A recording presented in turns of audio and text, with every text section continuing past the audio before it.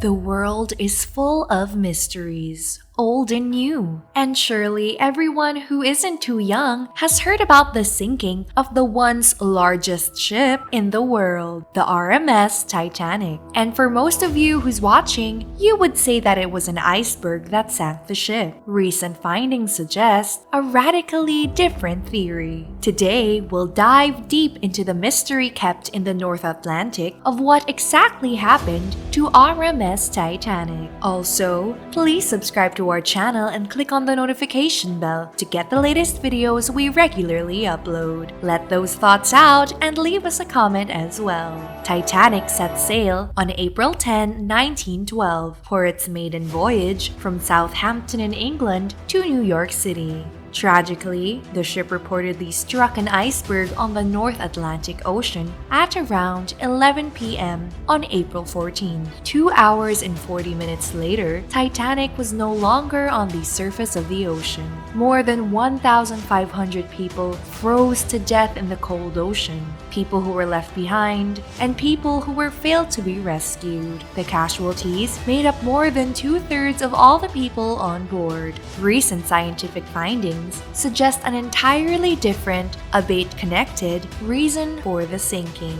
Light has finally been shed on the deep-sea mystery that's been going on for 108 years. The most innovative structure of their time, gone in less than a day. The ship was 882 feet and 9 inches long, 92 feet wide, and 175 feet tall, with a usable volume of 46,328 tons. Even the ship's officers took weeks to familiarize themselves with all the decks and passages.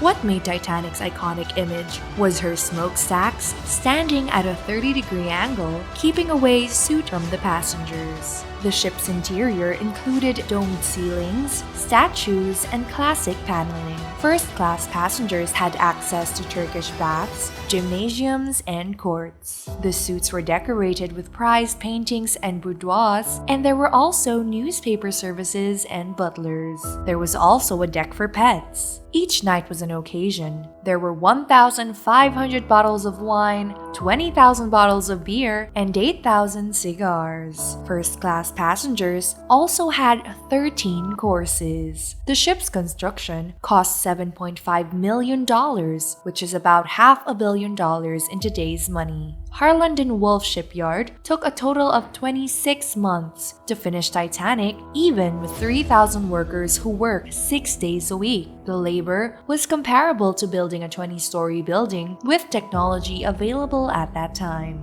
which meant a lot of workers were injured and even died due to accidents because of the lack of safety ropes. Workers were willing to take risks as they were getting paid £2 a week, which was already a good wage at the time. It was so unbelievable that a megastructure that took a huge amount of time to be built just sank because of an iceberg. But news sources tell us of another reason. It was fire that caused Titanic to sink, not ice. Journalist Senan Maloney, who has been researching Titanic's shipwreck for 30 years, found that the hull of the ship has a 30-foot-long black spot that could have easily been made by a fire. He has photographs of the ship before its maiden voyage, which has been examined thoroughly. In this theory, the fire that the ship caught would have been burning for weeks to cause the big black spot. Engineers are certain that burning would have caused the metal to weaken by as much as 75%.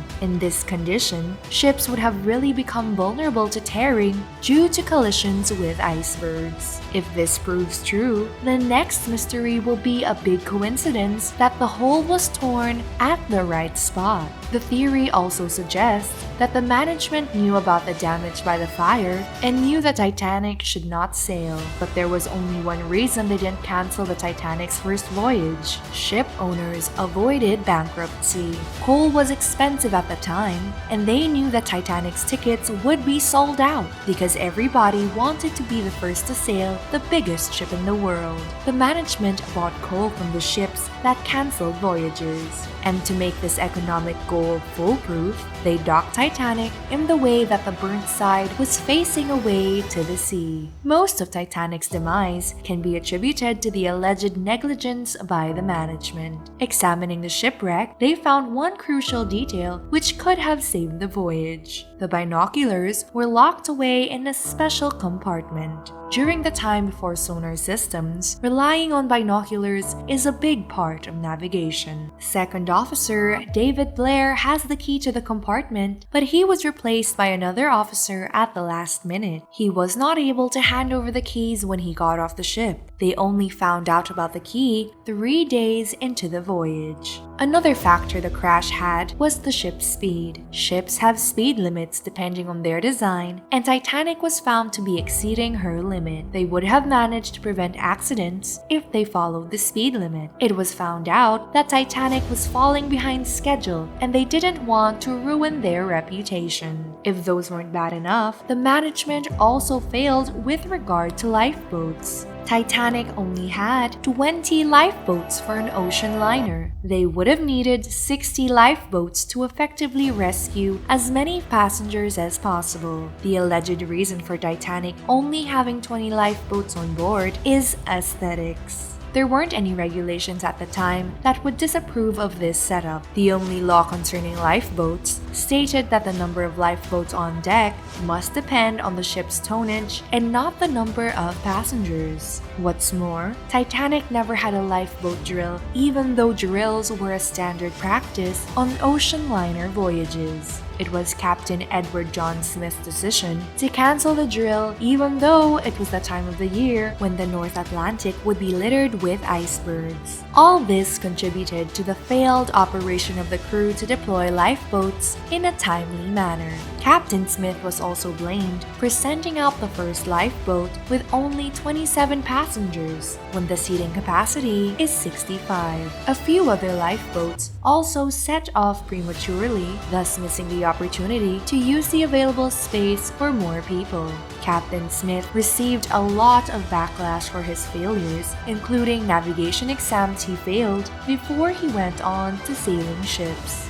To top it all off, the crew kept sending distress signals after Titanic sank, as there was a ship nearby. It was the SS Californian, but the ship's crew didn't seem to notice and kept sailing. The ship's captain lost his job because of that, but the reason why they were unnoticed was due to the light refraction, where light and sound projects to a different angle due to the condition of their medium, such as air and water. Researchers were able to prove the captain's innocence many years after the fact. There are many theories surrounding Titanic's sinking, but what we can learn from it is the importance of safety measures, the responsibility of management, and how multiple factors collectively lead to a single unwanted result. In other words, don't use a megastructure that is likely to fail while being utilized. What do you think? Let us know in the comments, and as always, thank you for watching with us. Don't forget to click the subscribe button, and we'll see you next time.